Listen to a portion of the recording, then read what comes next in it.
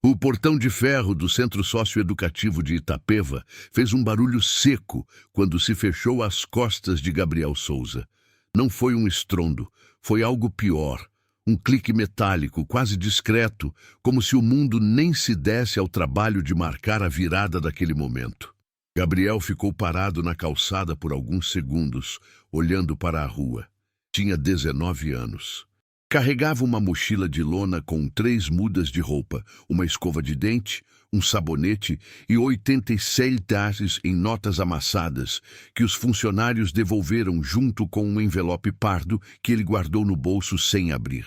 Não havia ninguém esperando, nenhuma mão acenando, nenhum rosto conhecido do outro lado. Só o vento frio de junho cortando a calçada de Itapeva e o barulho distante de um ônibus urbano dobrando a esquina, indiferente a tudo. O envelope estava no bolso esquerdo da calça. Gabriel sabia o que era. Os funcionários haviam dito, com aquela voz burocrática de quem repete a mesma frase dezenas de vezes por mês, que a carta tinha chegado 4 anos atrás e ficado guardada conforme protocolo. Ele não precisava abrir para saber de quem era. Só havia uma pessoa que teria se dado ao trabalho de escrever. E essa pessoa estava morta havia 3 anos e 2 meses. Dona Cida morreu de insuficiência cardíaca num hospital municipal em Sorocaba, enquanto Gabriel cumpria medida socioeducativa por envolvimento em um furto que não planejou.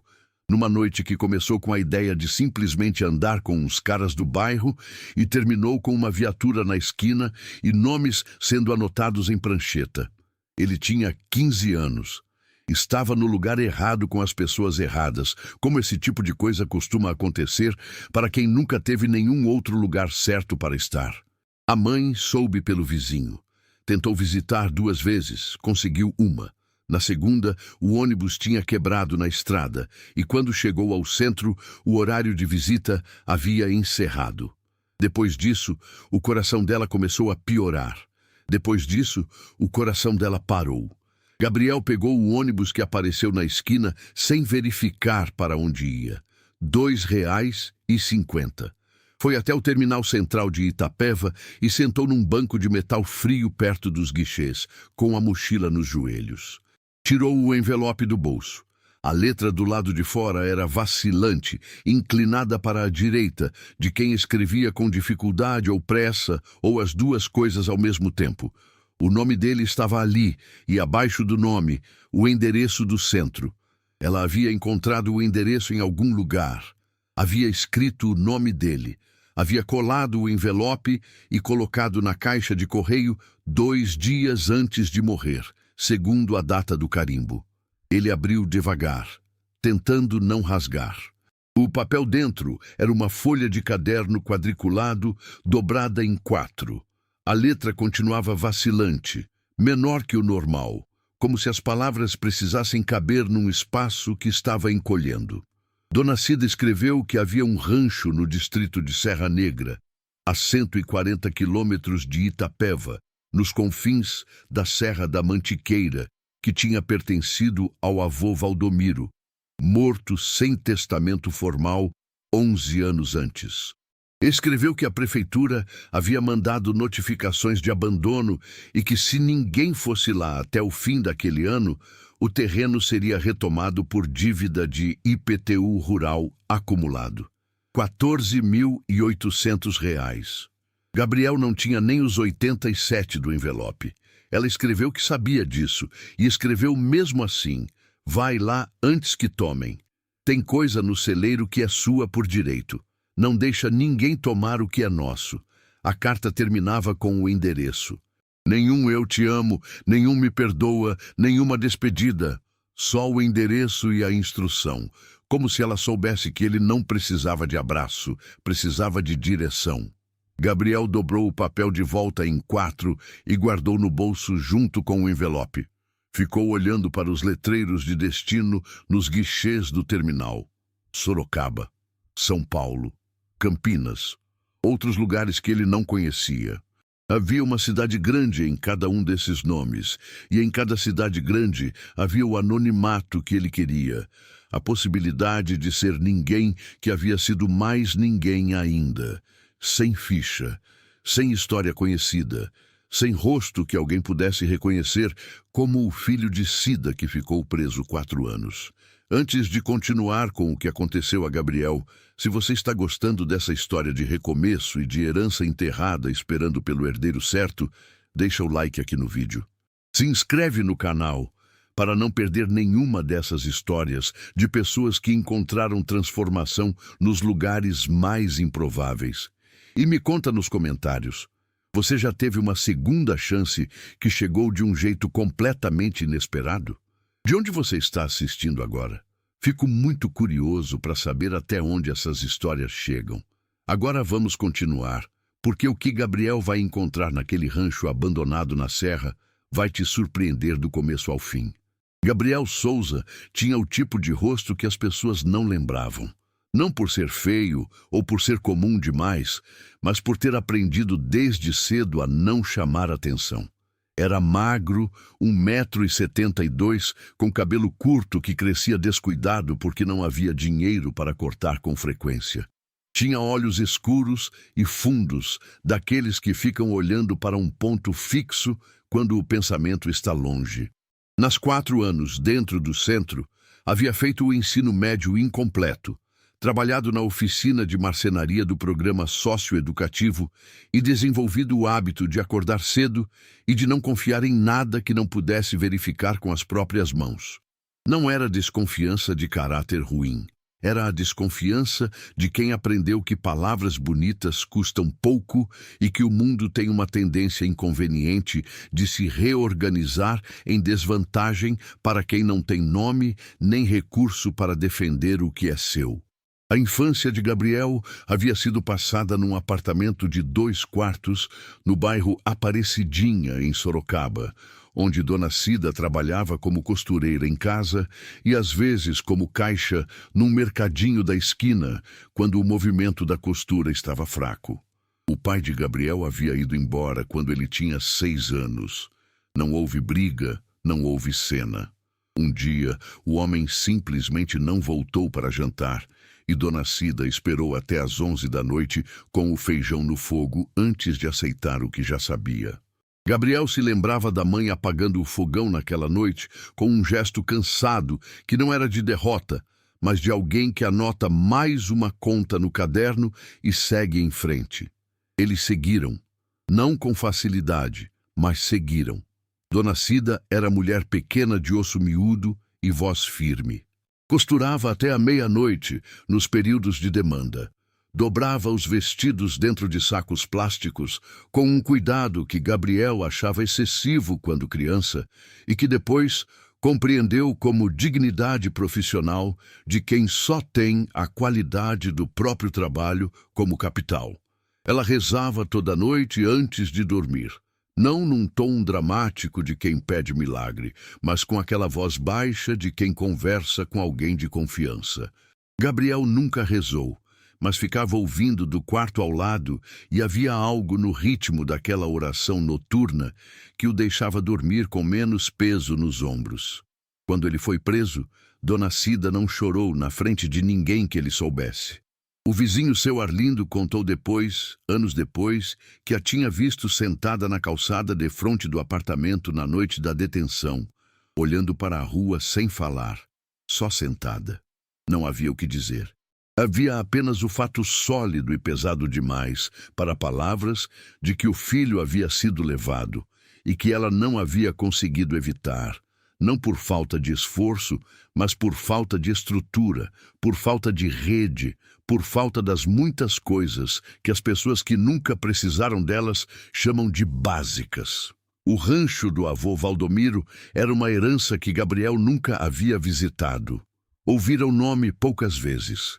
Sabia que o avô havia morrido quando ele tinha 8 anos, que era um homem calado, que criara gado na serra e que a mãe raramente falava dele, não por mágoa, mas por distância.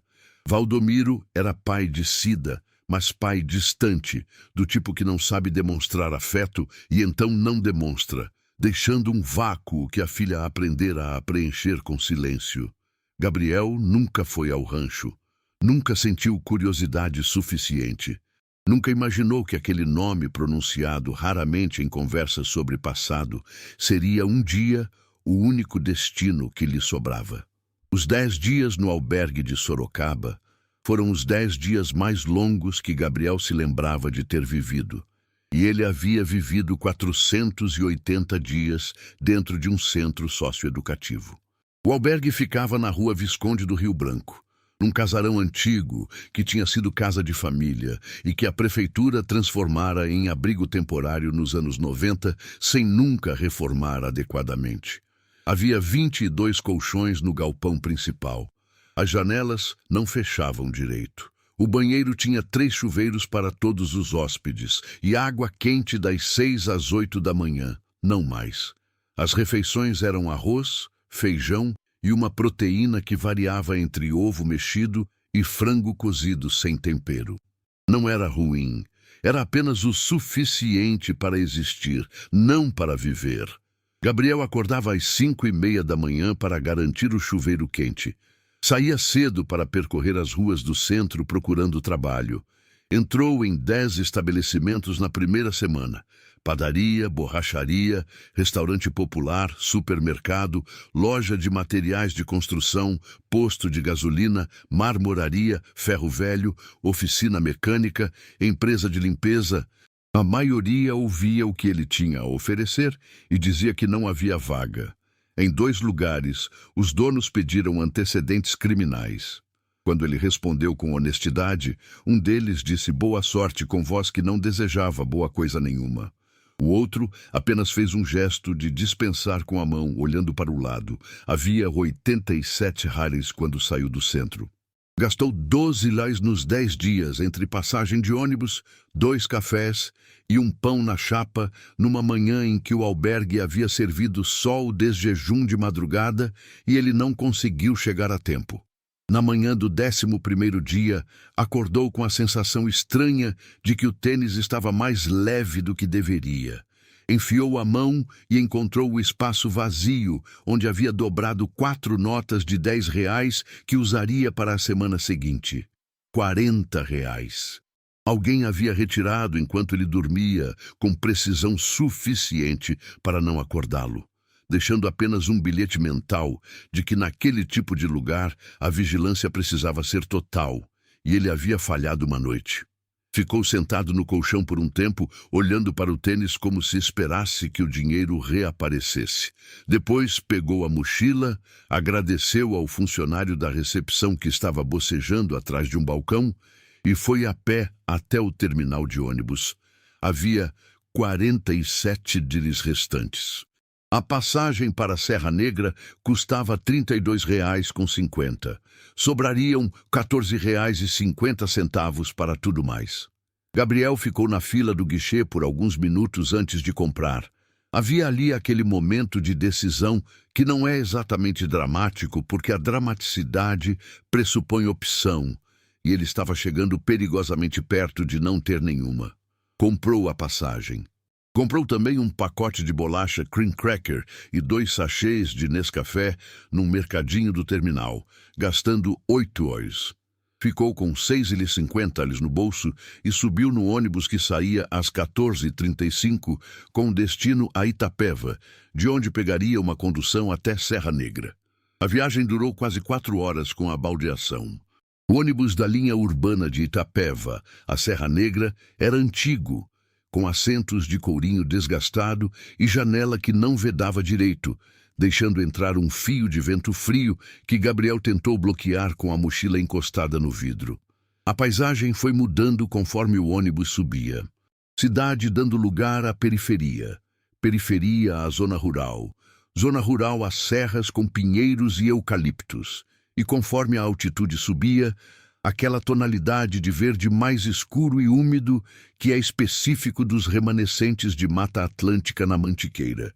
Gabriel encostou a cabeça no vidro gelado e olhou para as montanhas que iam aparecendo entre os galhos. Pensou na mãe. Não com saudade que aperta, mas com aquela estranheza de quem ainda não processou a ausência permanente de alguém que era constante. Dona Cida estava morta há 3 anos e 2 meses, e ele havia ficado sabendo da morte 2 dias depois, por um funcionário do centro que havia chamado na sala de atendimento e dito com aquela voz monótona de protocolo que havia um comunicado do responsável. Não havia responsável. Havia seu Arlindo, vizinho, que havia ligado porque não sabia para quem mais ligar. Gabriel recebeu a notícia, sentado numa cadeira de plástico verde, sob luz de fluorescente, e não chorou porque chorar exigia um tipo de colapso que dentro do centro significava fraqueza, e fraqueza significava vulnerabilidade, e vulnerabilidade era perigosa. Guardou a dor num lugar fechado e apertado dentro do peito e nunca voltou a abrir completamente. Agora, no ônibus descendo para a Serra Negra, pensou no que a mãe havia escrito. Tem coisa no celeiro que é sua por direito. Não deixa ninguém tomar o que é nosso. Ela havia sabido que estava morrendo quando escreveu. Havia escrito mesmo assim.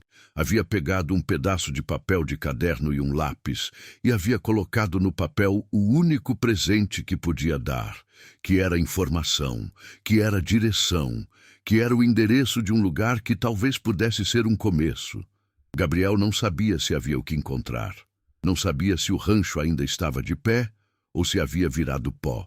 Não sabia se a coisa no celeiro era algo de valor ou a fantasia de uma mulher doente tentando dar esperança ao filho. Mas sabia que tinha 6,50 no bolso e um destino, e que só havia uma dessas coisas que podia crescer. Serra Negra do distrito ficava além de uma estrada de terra que se bifurcava a 2 quilômetros do ponto onde o ônibus o deixou. Gabriel andou. O sol estava descendo atrás das montanhas e a temperatura caiu uns 5 graus em 40 minutos de caminhada.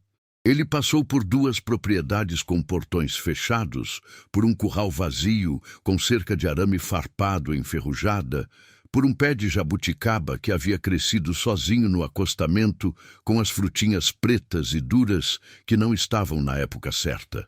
Chegou ao rancho Valdomiro, que não tinha placa, mas que correspondia ao número e à descrição do endereço, quando a luz estava ficando alaranjada e comprida sobre as pastagens. Parou no portão de madeira carcomida e olhou. Era pior do que qualquer coisa que seu cérebro havia construído durante as 4 horas de viagem. A propriedade de 18 alqueires estava tomada.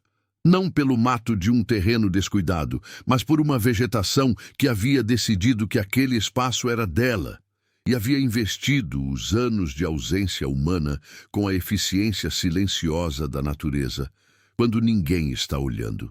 O capim colonião chegava na cintura ao longo de todo o caminho de terra que levava até a casa.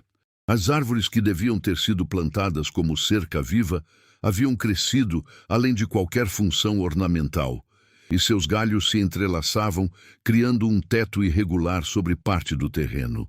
Havia trepadeiras nos muros. Havia um formigueiro enorme na base do que havia sido um palanque de madeira de lei. Havia silêncio, o tipo específico de silêncio que os lugares têm quando ficaram muito tempo sem ser habitados. A casa de alvenaria ficava no fundo do terreno, atrás de uma curva no caminho de terra. Era de 3 cômodos, construída nos anos 70 pelo estilo, com paredes de tijolos aparentes e telhado de 2 águas que havia cedido parcialmente no lado esquerdo. O rasgo no telhado era de aproximadamente 2 metros, deixando uma abertura por onde a luz do dia entrava e por onde a chuva havia entrado também, repetidamente, por tempo suficiente para apodrecer a metade de uma cama de ferro enferrujada que ficava diretamente abaixo. As janelas não tinham vidro. Algumas tinham madeira pregada por fora, tábuas velhas colocadas de qualquer jeito que não impediam a entrada de vento, mas criavam um padrão de luz e sombra no interior que Gabriel observou da soleira sem entrar ainda. A fiação elétrica havia sido arrancada. Não pela deterioração, mas de forma deliberada, os fios cortados na base e as caixas de passagem abertas com os parafusos removidos. Ladrões de cobre.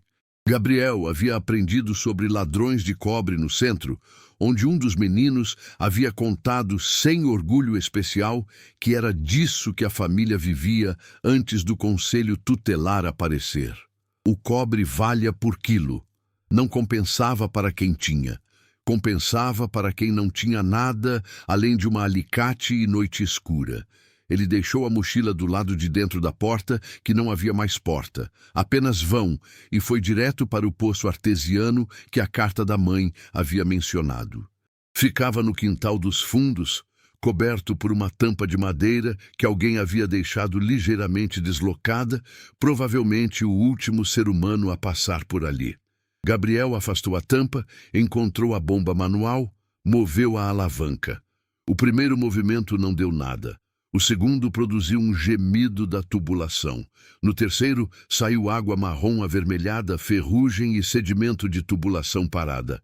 Continuou bombeando. 4 movimentos. 5, 6. A água foi clareando. 10 movimentos. 15. Na 18ª bombada, a água saiu limpa, fria, com aquele cheiro mineral de lençol freático profundo, que é um dos melhores cheiros que existem quando a garganta está seca de poeira de caminhada. Gabriel colocou as mãos em concha embaixo do fluxo e bebeu. Bebeu muito. Depois ficou agachado ao lado do poço por um tempo, olhando para as montanhas que cercavam o vale. O sol havia descido e a luz estava ficando roxa. O ar cheirava a terra molhada e a pinheiro, e a algo que ele não soube nomear, mas que era familiar de um jeito que não combinava com ter estado ali apenas uma vez, na infância, que ele não lembrava. O celeiro ficava 40 metros adiante, separado da casa por um pátio de capim colonião, que chegava na cintura dele, em alguns pontos, e na altura do peito em outros. Era uma construção de madeira escura, cedro pelo cheiro, quando Gabriel se aproximou, com um portão de correr preso por corrente e cadeado que não estava oxidado o suficiente para indicar décadas de abandono. Havia sido trocado, não recentemente, mas há menos tempo que o abandono da propriedade sugeria. Isso foi a primeira coisa que ele notou. A segunda foi o tamanho. O celeiro era maior do que a casa, o que não era incomum em propriedades rurais de trabalho, mas que conferia ao conjunto uma inversão de proporções que fazia sentido apenas se o trabalho que acontecia no celeiro era mais central do que a vida doméstica que acontecia na casa. Gabriel procurou na área ao redor e encontrou um pedaço de vergalhão enferrujado de uns 60 centímetros que alguém havia deixado encostado na parede externa do celeiro. Encaixou na argola do cadeado e forçou. A corrente era grossa, mas o suporte metálico onde o cadeado estava preso não era. Trabalhou por quase 20 minutos, variando o ângulo, aproveitando a alavanca que o vergalhão oferecia, ouvindo o metal protestando. Na 18ª tentativa, a argola do suporte cedeu com um estalo que ecoou pelo vale no silêncio da noite que estava chegando. O interior do celeiro cheirava exatamente como ele deveria cheirar: terra, madeira velha, esterco velho e seco, óleo de máquina envelhecido. Mas havia algo mais. Um odor adocicado e mineral ao mesmo tempo, como de moeda antiga ou de papel guardado em baú por décadas. Gabriel ficou parado alguns segundos na entrada, tentando identificar a origem. Não conseguiu. A lanterna do celular bateria em 54%, detalhe que ele havia anotado mentalmente com a preocupação prática de quem sabe que carregador requer energia elétrica e energia elétrica havia sido arrancada da propriedade. Iluminou um interior arrumado de forma que sugeria uso regular até um ponto específico no passado e abandono abrupto a partir daí. Ferramentas enfileiradas em suportes de madeira na parede da esquerda. Enxadas, foices, facões, um machado com cabo novo que contrastava com a oxidação das lâminas. Na parede da direita, prateleiras com sacos de ração empedrados, frascos de remédio veterinário vazios e uma ordenhadeira manual de latão com as borrachas ressecadas. No centro, o espaço livre de uma área de trabalho onde o piso de terra batida estava mais compactado que nas bordas. E no canto mais distante, quase fundido com a sombra que a lanterna do celular alcançava apenas parcialmente, uma lona verde escura dobrada sobre uma estrutura de altura considerável. Gabriel foi até lá, puxou a lona. Encontrou uma prensa de madeira para queijo, do tipo antigo com um parafuso central de ferro, sólida e grande, e completamente inútil para qualquer objetivo imediato. Ficou olhando para a prensa por um tempo. Depois, olhou em volta. Depois, olhou para o teto. Depois, olhou de volta para a prensa. A carta da mãe dizia: "Tem coisa no celeiro que é sua por direito." Havia uma prensa velha e ferramentas que um ladrão de cobre havia desprezado. Gabriel saiu do celeiro, voltou para a casa, estendeu a capa de chuva que tinha na mochila sobre o colchão apodrecido, envolveu os joelhos com a jaqueta, porque o frio da mantiqueira, à noite em junho, não era figurativo, e comeu metade do pacote de cream cracker com água do poço no copo de plástico descartável que havia guardado do albergue. Misturou o primeiro sachê de Nescafé com a água fria porque não havia como esquentar. Ficou sabendo então que Nescafé com água fria tem um sabor específico de derrota que é diferente de todos os outros sabores de derrota, mais persistente e mais amargo. Dormiu mal. Acordou 3 vezes com frio. Na segunda vez, ouviu o vento passando pelo rasgo do telhado com um som de assobio longo e irregular. Na terceira vez, estava amanhecendo e havia um pássaro no telhado que batia o bico no metal com intervalos regulares que mais pareciam cronometragem do que forrageio. O segundo dia foi de exploração sistemática. Gabriel andou cada metro da propriedade. Encontrou os 18 alqueires mencionados na carta, mais ou menos, a maioria em pasto abandonado em vários estágios de invasão por vegetação nativa. Havia uma área no fundo da propriedade, talvez 3 ou 4 alqueires, onde a vegetação era diferente, mais alta, mais densa, com espécies que ele não soube nomear, mas que não eram capim nem pastagem. Pareciam nativas, pareciam antigas. Havia ali uma nascente que brotava entre pedras e formava um fio d'água que descia pelo barranco. Gabriel ficou parado olhando para a nascente por um tempo e sentiu algo que não era exatamente esperança, mas era na mesma direção. Voltou ao celeiro no fim da tarde, desta vez com um propósito diferente. Examinou o piso com atenção, batendo com o salto do tênis em diferentes pontos, ouvindo a diferença entre o som do chão sólido e o som do chão sobre espaço vazio. Na maior parte do celeiro, o som era uniforme, maciço. Em 2 pontos havia diferença. Um ficava sob uma das prateleiras de ração, mas quando ele moveu a prateleira e examinou o piso, não havia nada além de terra. O outro ficava sob a prensa. Empurrou a prensa. Era pesada, de madeira maciça e ferro, e movê-la sozinho requeria força e ângulo. Ele demorou 15 minutos para criar espaço suficiente para examinar o piso sob ela. Quando conseguiu, ficou ajoelhado, iluminando com o celular. A terra sob a prensa tinha coloração ligeiramente diferente do resto do piso. Um quadrado de uns 80 centímetros de lado, onde a cor era meio grau mais escura, mais cinzenta, de terra que havia sido revolvida em algum momento e recompactada com menos perfeição que o entorno. Poderia ser coincidência, poderia ser apenas a diferença natural de um trecho que recebera menos pisoteio ao longo dos anos. Poderia não ser nada. Gabriel foi buscar a enxada da parede. Começou a cavar com movimentos cuidadosos, não com a urgência frenética de quem está procurando, mas com a atenção metódica de quem não quer destruir o que pode estar lá. A terra era firme, mas não dura. Saía em fatias compactas. A 5 centímetros, nada. A 10 centímetros, nada. A 15 centímetros, a textura da terra mudou, ficou ligeiramente mais arenosa, como de um enchimento diferente do original.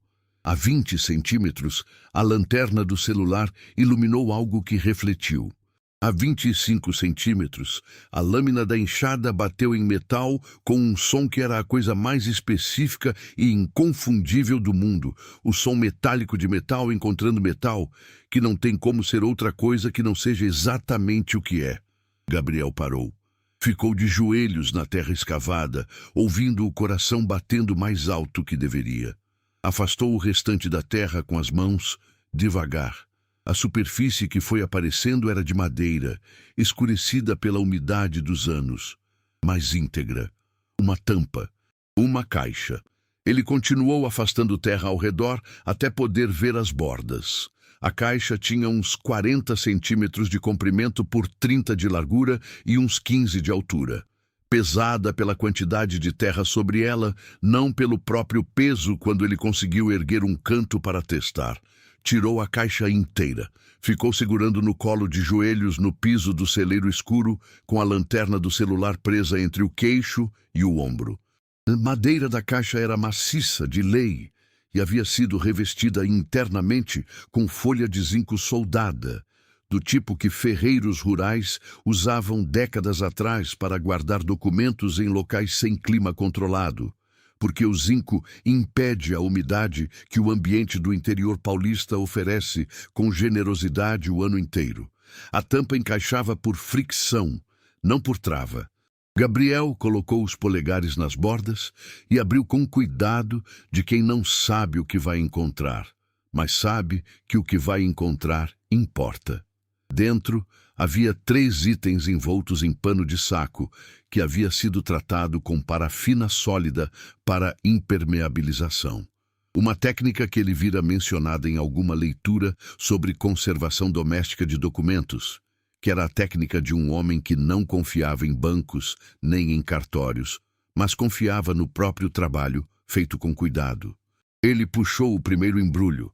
O pano abriu, revelando um caderno de capa dura, preta, com o couro levemente esbranquiçado pela parafina. Na primeira página, em letra miúda e inclinada, estavam as palavras Valdomiro Luiz Souza. Anotações diversas. 1987 a 2001. O caderno tinha 74 páginas preenchidas. Gabriel o abriu em 3 pontos aleatórios, com o cuidado de não forçar a lombada. A letra era consistente nas primeiras páginas, clara e aplicada como de alguém que não teve muito estudo, mas valorizava o que teve. Nas páginas mais ao final, ficava menos regular, mais espremida, como de alguém com pressa ou com mãos que já não obedeciam com a mesma precisão. O segundo embrulho continha um envelope plástico de aqueles usados para guardar documentos, lacrado com fita adesiva que havia amarelado, mas mantido a vedação. Dentro do envelope, Gabriel viu através do plástico a borda de papel timbrado. Documentação, escritura ou certidão ou algo do tipo. Não abriu ali. O terceiro embrulho era menor, mais pesado pela densidade do que pelo tamanho. Um saquinho de couro amarrado com cordão de couro, daqueles que Gabriel havia visto em filmes, mas nunca na vida real. Quando desatou o cordão e abriu, as peças que rolaram para a palma da sua mão eram moedas. Moedas antigas, escuras, pesadas. Não muitas. Não uma quantidade que fosse impressionante pelo volume. Mas havia algo naquele metal que não era o metal das moedas de uso cotidiano. Era outro peso, outra superfície. Contou 32 moedas antes de perceber que havia mais no fundo do saquinho. 43 no total. Junto com as moedas, havia um bilhete de papel dobrado. A letra era do avô, reconhecível pela inclinação. O bilhete tinha uma frase: "Guarda isso para os que ficarem. Vale mais do que parece." Gabriel ficou sentado no piso do celeiro escuro por mais de 1 hora. O celular estava em 31% de bateria. Lá fora, o vento da mantiqueira varria o pátio com aquele som de junho que é ao mesmo tempo limpo e cortante. Dentro do celeiro, a luz da lanterna criava um círculo amarelado em torno dele, e da caixa aberta, e dos 3 embrulhos abertos, e das moedas que ele havia alinhado na terra à sua frente, com o cuidado de alguém que precisa que as coisas sejam reais e organizadas para acreditar nelas. Havia ali uma herança, não a herança dramática dos filmes, não o cofre recheado de notas, não a revelação instantânea de solução para todos os problemas. Havia ali uma caixa de madeira que um homem havia enterrado sob uma prensa de queijo, porque havia aprendido, de alguma forma, a não confiar que as coisas certas permaneceriam certas sem proteção. Havia um caderno que era a vida de um homem em letra miúda. Havia moedas que valiam mais do que pareciam, segundo a própria instrução do homem que as guardou. E havia um envelope com documentação que Gabriel ainda não havia aberto. Abriu. Eram 3 páginas. A primeira era a cópia de uma escritura de compra e venda lavrada em cartório da comarca, datada de março de 1994, com os carimbos e assinaturas que transformam papel em fato legal. O imóvel descrito eram 11 alqueires de terra localizada ao sul da propriedade principal, confinante com ela pelo limite da cerca de arame existente, com confrontantes descritos em coordenadas de levantamento planialtimétrico. O comprador era Valdomiro Luiz Souza. O preço declarado era de 18.000 cruzeiros reais, pago à vista. A segunda página era o recibo de pagamento do registro em cartório, assinado pelo oficial e com o número do livro e folha onde a escritura havia sido lavrada. A terceira página era uma declaração manuscrita do próprio Valdomiro, sem valor legal, mas com toda a intenção de quem precisa deixar explicação para depois. Ele havia comprado os 11 alqueires com dinheiro de uma indenização trabalhista recebida de uma fazenda cafeeira, onde havia trabalhado por anos. Havia registrado a compra em separado, em cartório diferente do que era habitual na região, porque desconfiava do cunhado Neivaldo Brum, que tinha histórico de contestar heranças na justiça, que havia tentado anteriormente questionar a propriedade da fazenda do pai deles e que Gabriel não conhecia por nome, mas sentia, lendo aquelas linhas, como se conhecesse pelo tipo. A declaração terminava: "Estas terras são dos que ficarem depois de mim, de direito e de consciência. Não deixem Neivaldo Brum nem qualquer um dos seus tomar o que não é deles." Gabriel leu a declaração 2 vezes. Dobrou o papel de volta dentro do envelope, colocou o envelope dentro do saco plástico, colocou tudo de volta na caixa de zinco. Fechou a caixa. Ficou com o caderno nas mãos, abriu em uma página aleatória do meio. A entrada era de 1993. O avô escrevia sobre a nascente que havia encontrado nos fundos da propriedade nova, a limpidez da água, a quantidade de peixes pequenos que havia ali antes de qualquer intervenção humana. Escrevia sobre a mata que cercava a nascente, densa e antiga, sobre como havia decidido não derrubar para pasto porque havia algo naquilo que parecia errado, de um jeito que ele não saberia explicar formalmente, mas que sentia como sentia o frio chegando antes da chuva. Fechou o caderno. Ficou sentado na escuridão. O avô havia guardado tudo ali, esperando que alguém viesse. A mãe havia enviado a carta sabendo que estava morrendo, esperando que ele viesse.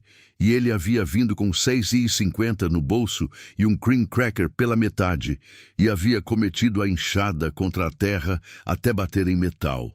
Pensou: o que significa agora? Não sabia o valor das moedas. Não sabia o valor dos 11 alqueires. Não sabia se a escritura de 1994 ainda era válida, se havia alguma pendência legal, se o tempo havia criado complicações que a clareza do papel original não cobria mais.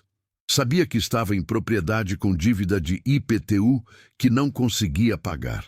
Sabia que tinha bateria de celular caindo e nenhuma forma de carregar. Sabia que tinha cream cracker pela metade e um sachê de Nescafé restante. Guardou a caixa no fundo da mochila, envoluta na capa de chuva para proteção adicional.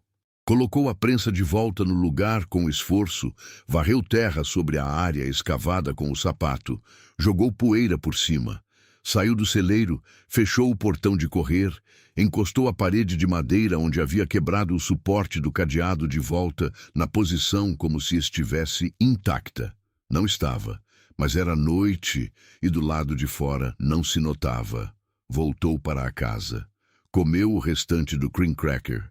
Misturou o último sachê de Nescafé com água fria.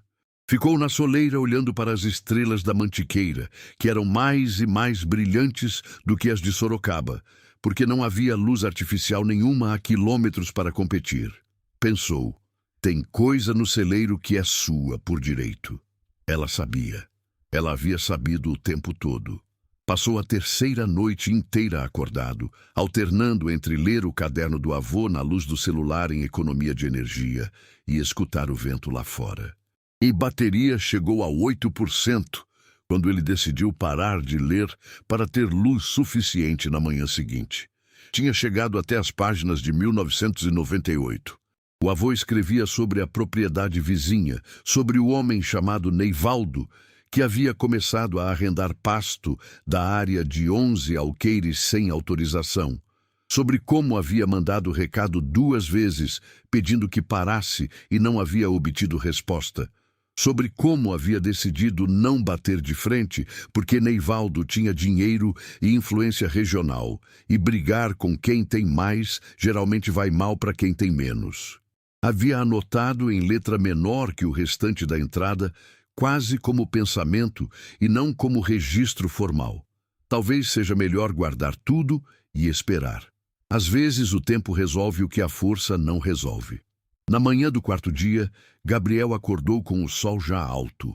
Um homem estava no portão de entrada. Era idoso, uns 70 anos, com chapéu de palha e calça de brim larga, parado observando a propriedade com os braços cruzados.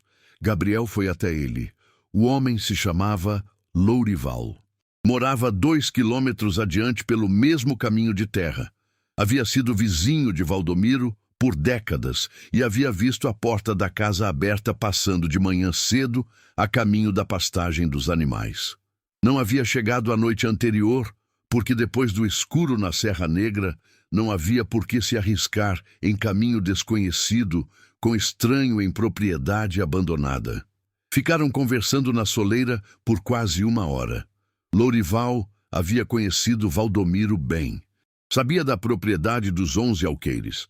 Sabia também que havia um homem chamado Neivaldo, que havia tentado regularizar a posse informal da área anos atrás, que havia tentado chegar a acordo com a prefeitura quando soube que o rancho entraria em processo de retomada por dívida, que havia sido frustrado pelos mesmos 14.800 reais de IPTU que Gabriel também não tinha. Disse sem rodeios. Neivaldo Brum tem frigorífico em Itapetininga. Tem advogado de estimação. Tem informante no cartório que avisa quando alguém mexe com documentação de propriedade na comarca. Quando soubesse que você apareceu aqui, ia aparecer também. Provavelmente em menos de 1 semana.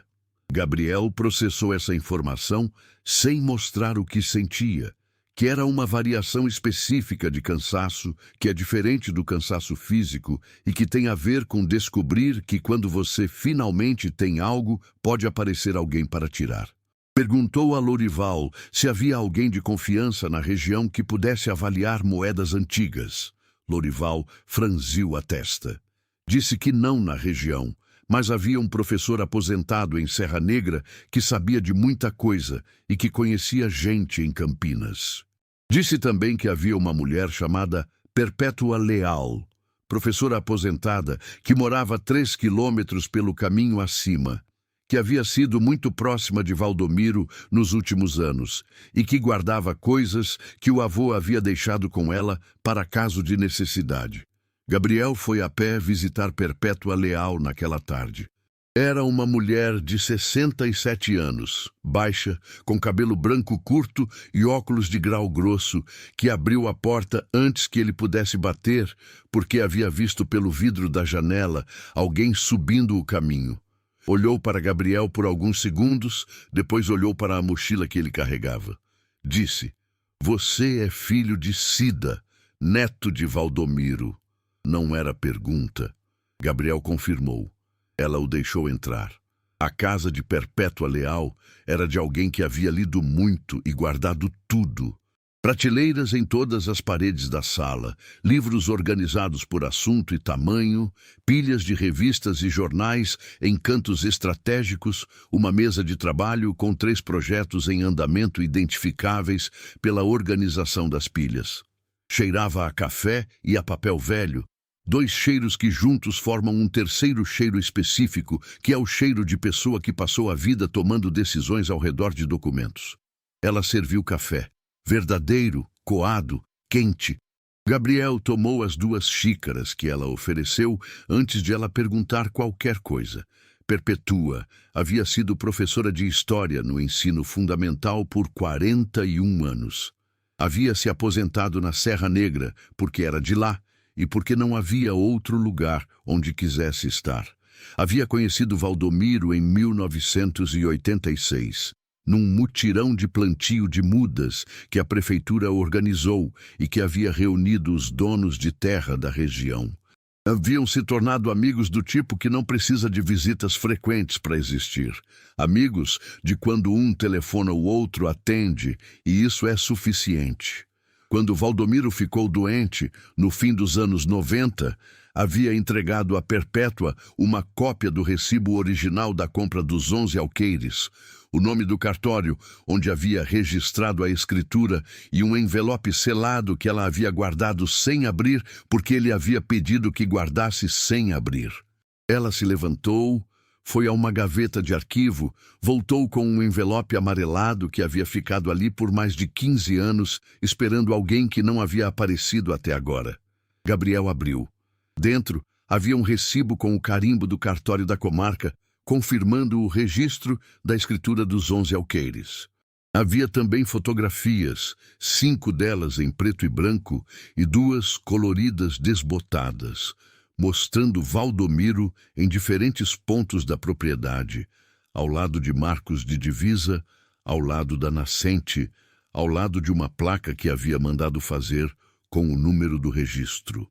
E havia uma carta curta endereçada a qualquer um que viesse depois, na letra do avô, dizendo que as terras estavam legalmente registradas, que Neivaldo Brum não tinha título nenhum sobre elas, por mais que dissesse o contrário, e que ele havia feito o que pôde para proteger o que era da família. Perpetua conhecia um advogado em Pouso Alegre. Havia trabalhado com ele em questões fundiárias da região anos atrás. Era especializado em direito agrário e trabalhava com honorários condicionados ao resultado, o que significava que não cobrava se não ganhasse. Disse a Gabriel: "O problema não é se você tem direito. Você tem. O problema é se vai conseguir defender antes que Neivaldo consiga complicar o suficiente para você desistir." Gabriel disse: "Não vou desistir." Ela olhou para ele da mesma forma que havia olhado na porta, avaliando. Disse: "Então vamos trabalhar." Neivaldo Brum chegou na tarde da quinta-feira, 5 dias depois de Gabriel aparecer na propriedade, exatamente como Lourival havia previsto. Veio de caminhonete preta, com motorista e mais um homem no banco traseiro que tinha o tipo de postura que comunica intenção antes de qualquer palavra ser dita. Desceu no portão com as mãos nos bolsos e um sorriso que não havia chegado a terminar de se formar. Era homem de uns 61 anos, com a build de alguém que havia trabalhado fisicamente a vida toda e depois parara, deixando a musculatura se transformar em volume sem definição. Cabelo grisalho penteado para o lado, anel de ouro na mão direita, cheiro de cigarro e de perfume que era caro demais para o contexto. Gabriel saiu ao encontro dele no portão.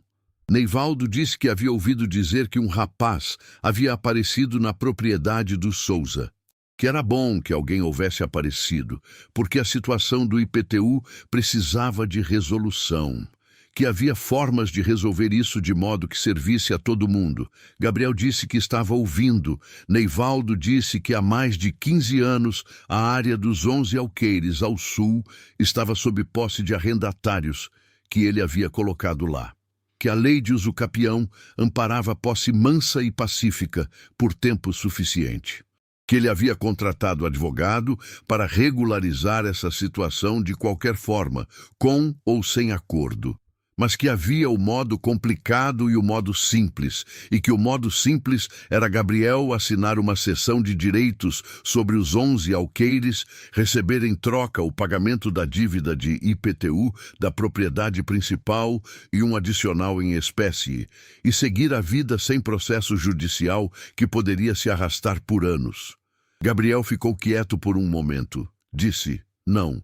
Neivaldo deixou o sorriso incompleto cair inteiramente. Disse, rapaz, você acabou de sair de onde saiu. Não tem dinheiro, não tem advogado, não tem como pagar essa dívida de IPTU. Vai perder a propriedade principal de qualquer jeito. O que você está fazendo aqui é dar trabalho para você mesmo. Gabriel disse, eu tenho a escritura dos 11 alqueires registrada em cartório.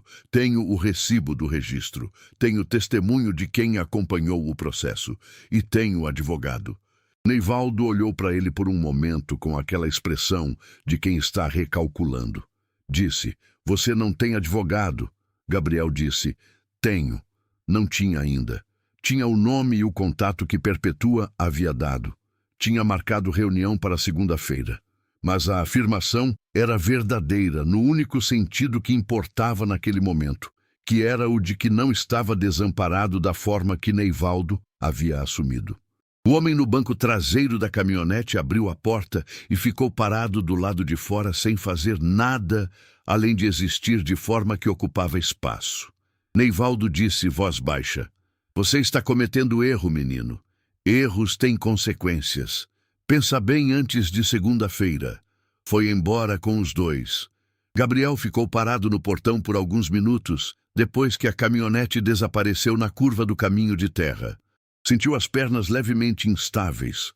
Não de medo exatamente, mas da descarga física, do tipo de conversa em que você precisa manter compostura exteriormente, enquanto internamente os sistemas estão em alerta máximo. Respirou fundo. Depois foi caminhar pela propriedade até que as pernas parassem de tremer. Na segunda-feira, foi de ônibus a Pouso Alegre. O advogado, Dr. Marcos Henrique, era homem de uns 55 anos. Escritório simples de 2 cômodos num prédio comercial do centro, com pilhas de processo organizadas por uma secretária que claramente era quem realmente sabia onde estava cada coisa. Ele ouviu Gabriel por 40 minutos sem interromper. Depois ouviu por mais 15 minutos enquanto Gabriel mostrava os documentos que havia tirado da caixa de zinco. Dr. Marcos Henrique disse que o caso era bom do lado de Gabriel. Escritura registrada, recibo de cartório, testemunho de quem acompanhou o processo original. O argumento de usucapião de Neivaldo teria dificuldade considerável, porque o usucapião por posse requer que a posse seja mansa, pacífica e sem oposição.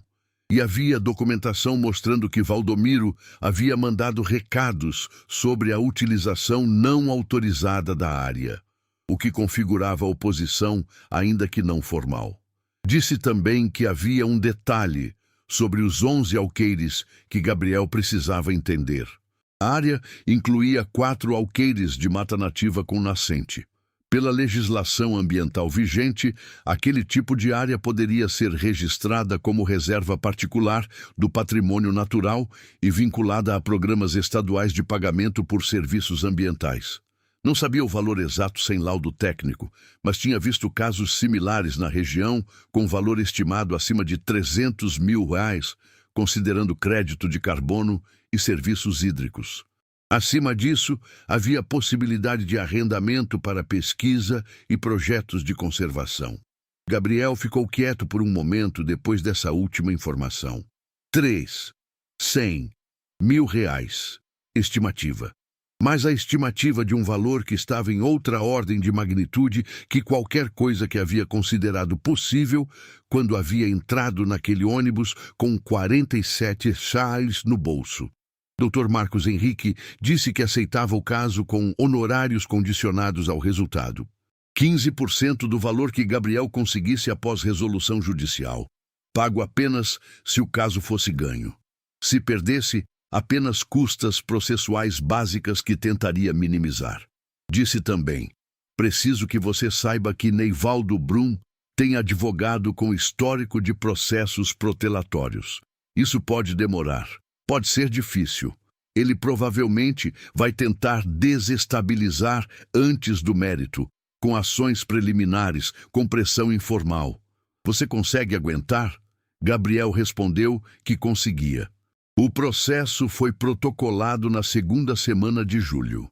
Neivaldo respondeu na terceira semana com uma ação de usucapião por parte, alegando posse ininterrupta dos 11 alqueires por 15 anos através de arrendatários contratados, apresentando 2 depoimentos de arrendatários confirmando a continuidade da posse. Apresentou também um levantamento técnico da área que havia feito sem autorização de Gabriel, que Dr. Marcos Henrique imediatamente contestou como produzido de má-fé. Na quarta semana, 2 homens que Gabriel não conhecia apareceram no rancho numa tarde enquanto ele estava consertando a cerca do perímetro. Disseram que eram da firma de Neivaldo. Disseram que havia oferta nova. 60% do valor estimado da área de mata para Gabriel, 40% para a firma. Disseram que era generosa a oferta considerando a situação. Gabriel disse que não havia situação. Disse que havia processo em andamento e que qualquer conversa deveria ser feita pelos advogados. Um dos homens disse que havia vida inteira pela frente e que era pena jogar fora em briga que o outro lado tinha mais fôlego para sustentar. Gabriel disse que agradecia a visita e que eles poderiam ir. Foram. Naquela noite, Gabriel dormiu mal de novo, mas de forma diferente. Era a insônia de quem está lutando, não de quem está perdido. Havia uma diferença específica entre as duas que ele estava aprendendo a reconhecer. A segunda é paralisante. A primeira é desconfortável, mas produtiva. O tipo de insônia que resulta em plano quando finalmente cede. Em agosto, Perpétua apareceu no rancho com informação nova. Havia localizado uma engenheira agrônoma de Campinas, especializada em regularização ambiental de propriedades rurais, que fazia laudos técnicos com desconto para casos de disputa de posse documentada. O laudo da área de mata, com nascente, levou 3 semanas. O resultado estimou o valor de mercado dos créditos de carbono e serviços hídricos em 320 mil ao longo de 20 anos, com potencial de valorização adicional conforme demanda crescesse. Quando o Dr. Marcos Henrique apresentou o laudo em juízo, Neivaldo mudou de estratégia. Deixou de falar em acordo e começou a questionar a autenticidade da escritura de 1994, alegando que o papel havia sido adulterado, que a assinatura do vendedor original era questionável, que o cartório onde havia sido lavrada já havia encerrado atividades e os arquivos transferidos criavam lacuna de verificação. Dr. Marcos Henrique pediu perícia grafotécnica. A perícia do tribunal verificou a assinatura contra outros documentos do período e concluiu que era autêntica. Pediu também verificação dos arquivos transferidos do cartório extinto. O oficial que havia recebido os arquivos encontrou o livro com o registro original em menos de uma semana. A escritura estava lá, lavrada em março de 1994, exatamente como o documento na caixa de zinco descrevia. Em outubro, 4 meses depois do protocolo inicial, o juiz deu decisão preliminar, favorecendo a posição de Gabriel na questão da validade da escritura, determinando que a ação de usucapião de Neivaldo deveria demonstrar como a posse poderia ser considerada mansa e pacífica em existência de documento de propriedade registrado anteriormente. Neivaldo entrou com recurso. O processo seguiu. Gabriel estava vivendo no rancho. Havia consertado o telhado com a ajuda de Lorival e de 2 homens que Lorival havia indicado, pagos com parte do dinheiro que havia conseguido vendendo as moedas. O numismata em Campinas, que Perpétua havia ajudado a localizar, havia avaliado o conjunto em 43 mil. As moedas portuguesas de 1912 eram as mais valiosas, seguidas pelos 1.000 réis de determinadas tiragens. Gabriel vendeu metade do conjunto e guardou a outra metade como reserva. Com o dinheiro disponível, 21 mil, quitou 14.800 de IPTU, com desconto de regularização que a prefeitura concedeu para pagamento à vista. Sobrou dinheiro para materiais de construção básicos. O telhado foi fechado. As janelas receberam madeiramento provisório, substituído semanas depois por vidro simples. A fiação foi refeita por eletricista que Lourival conhecia, usando o padrão solar porque Gabriel havia decidido não depender de rede elétrica em propriedade que ficara vulnerável justamente pela ausência dela. Em novembro, associou-se a uma cooperativa de produtores orgânicos sediada em São Bento do Sapucaí. A cooperativa fazia assistência técnica gratuita para novos associados, o que significava visita quinzenal de agrônomo que orientava o que plantar, quando plantar e como preparar solo, que havia ficado anos sem manejo adequado. Gabriel plantou hortaliças nas primeiras 2 parcelas limpas, escolhidas pela proximidade com o poço e pela exposição solar que os mapas de inclinação do terreno que o agrônomo havia feito mostravam como favorável. A primeira colheita foi modesta. 10 caixas de folhas variadas, 3 de tomate cereja, 4 de pepino. A cooperativa comprou tudo. O valor não pagava salário de mercado pelo trabalho, mas era começo. E começo é diferente de nada, da forma que luz acesa num quarto escuro é diferente de escuridão completa. Não pela intensidade, mas pela direção. O processo judicial seguiu pelos meses seguintes, com os ritmos específicos do sistema judiciário brasileiro, que tem urgências próprias que raramente coincidem com as urgências de quem está esperando. Houve audiência de instrução em dezembro, onde Perpétua testemunhou, descrevendo o que havia acompanhado da compra dos 11 alqueires, a relação de Valdomiro com a terra e o contexto da decisão de registrar em separado. Houve testemunho de Lourival sobre a história da ocupação da área pelos arrendatários de Neivaldo e sobre as reclamações que Valdomiro havia feito. Houve nova tentativa de Neivaldo de apresentar testemunhas adicionais que o próprio juiz considerou suspeitas pela proximidade com o réu. Em fevereiro, 8 meses após o protocolo inicial, o juiz leu a sentença final. Manteve a propriedade dos 11 alqueires com Gabriel Souza como herdeiro legítimo da escritura registrada de Valdomiro Luiz Souza. Julgou improcedente a ação de usucapião por ausência de prova de posse mansa e pacífica em face de propriedade documentada. Reconheceu na ação de Neivaldo elementos de tentativa de fraude processual por apresentação de testemunhos sabidamente inconsistentes com a documentação e remeteu o caso ao Ministério Público para análise. Neivaldo Brum saiu do fórum com o advogado, sem olhar para Gabriel. Gabriel ficou parado no corredor por um momento, depois que o juiz havia encerrado a audiência e as pessoas começaram a sair. Dr. Marcos Henrique disse algo que ele não ouviu completamente, porque havia dentro do peito um barulho surdo, que era provavelmente o som de pressão que havia acumulado por meses, se descomprimindo em ritmo que o corpo não sabia lidar de outra forma. Perpétua estava no corredor do fórum esperando. Havia ido de carro com Lourival, que havia ficado do lado de fora, porque não cabia mais gente dentro da sala de audiência. Ela olhou para o rosto de Gabriel quando ele saiu e não precisou de palavra. Disse apenas: "Seu avô ficaria feliz." Gabriel disse: "Eu sei." Disse isso e acreditou. Nos meses seguintes, o rancho Valdomiro foi se transformando com a lentidão específica das coisas que crescem de base real. Não foi uma transformação de fotografia de antes e depois com a dramaticidade das transformações rápidas. Foi a transformação de um organismo que ganhou condições adequadas. E então começou a fazer o que organismos fazem quando têm condições, que é crescer na direção da luz com a paciência que a luz merece. Gabriel registrou os 4 alqueires de mata nativa como reserva particular do patrimônio natural em agosto, no processo assessorado pela engenheira agrônoma de Campinas, que havia feito o laudo. A vinculação ao Programa Estadual de Pagamentos por Serviços Ambientais foi aprovada 3 meses depois.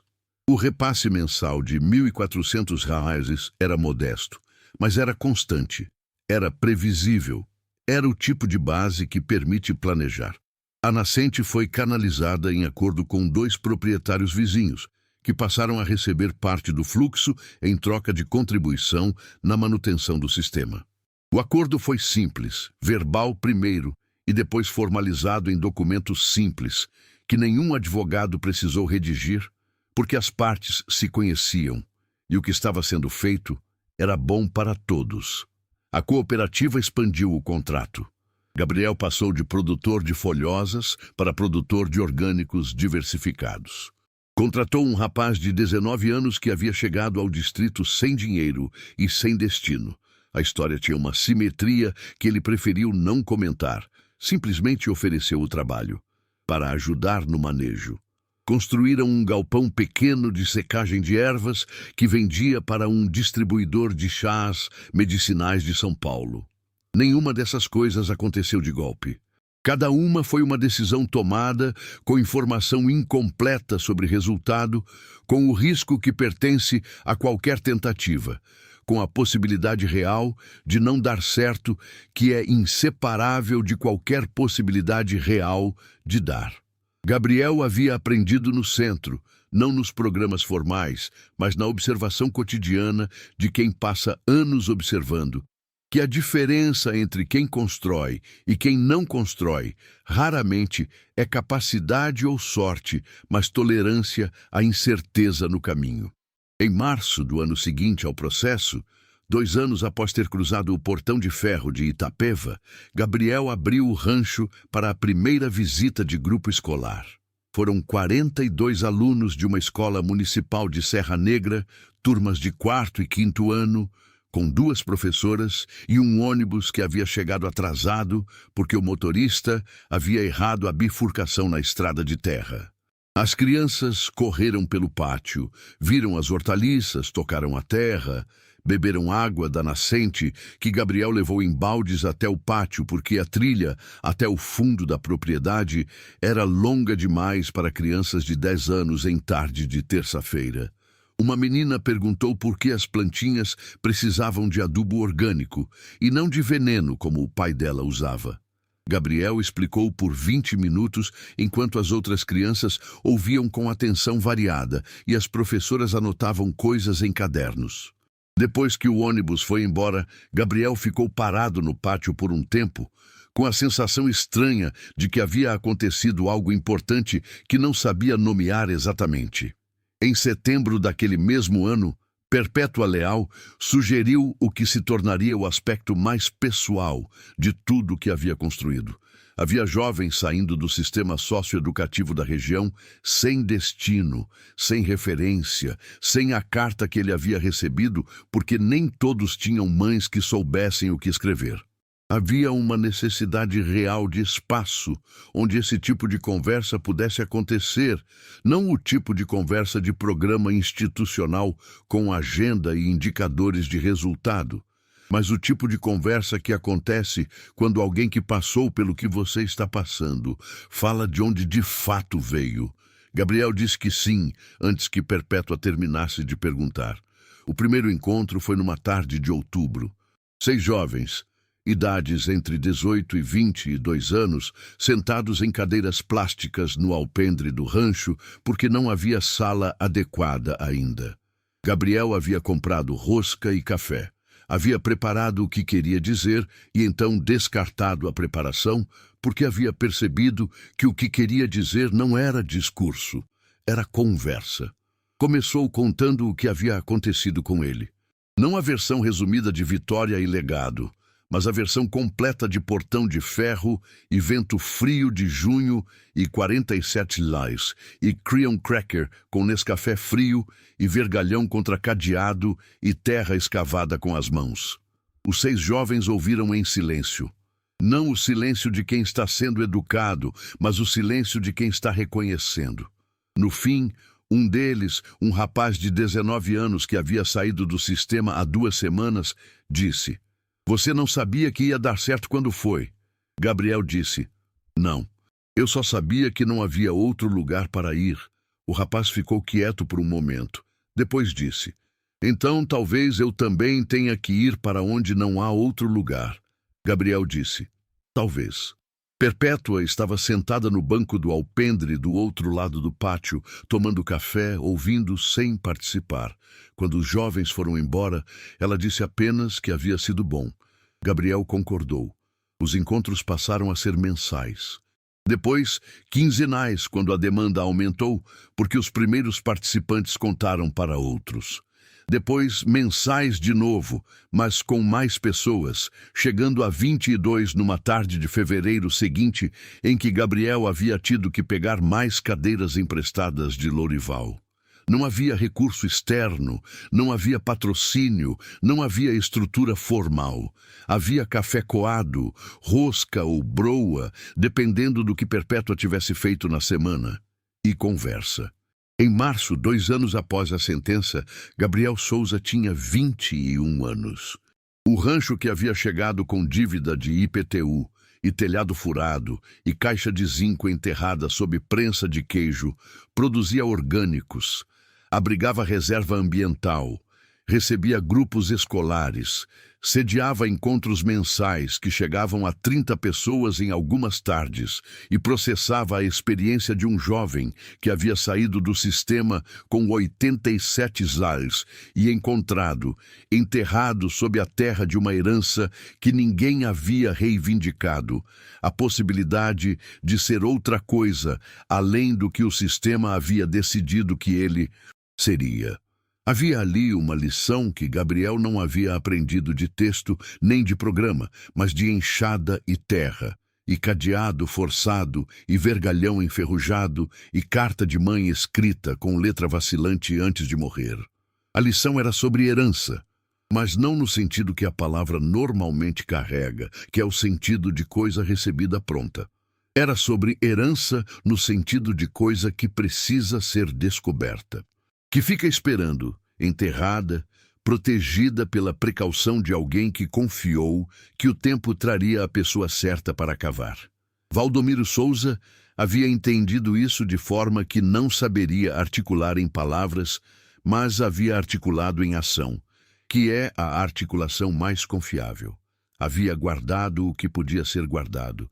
Havia protegido com zinco soldado o que poderia ser corrompido pela umidade. Havia escrito instruções para os que ficassem. Havia apostado, sem nenhuma garantia de que a aposta seria honrada, que alguém viria. Dona Cida havia entendido do mesmo jeito. Havia escrito a carta com letra vacilante 2 dias antes do coração parar, porque havia uma coisa que precisava ser dita, e o corpo que falha não exime do dever de dizê-la. Havia colocado no envelope e endereçado, e colado, e levado ao correio com qualquer força que lhe restava, enviando a direção para alguém que ainda não tinha destino, para um futuro que ela não veria, mas que precisava que existisse de qualquer forma. Gabriel havia entendido isso caminhando 2 quilômetros de estrada de terra com 6,50 no bolso, e um pacote de cream cracker na mochila, e uma ficha criminal que o sistema havia criado para permanecer e que ele havia decidido, não de forma heróica, mas de forma prática e teimosa, que não seria a única coisa que permanecia. Numa tarde de outubro, 3 anos após a sentença, Gabriel estava no alpendre do rancho quando viu uma menina de uns 15 anos parada no portão de entrada, olhando para a propriedade com aquela postura específica de quem quer entrar, mas ainda está calculando se é bem-vindo. Ele desceu até ela. Ela disse que havia visto o aviso sobre os encontros para jovens que alguém havia colado no mural do posto de saúde de Serra Negra.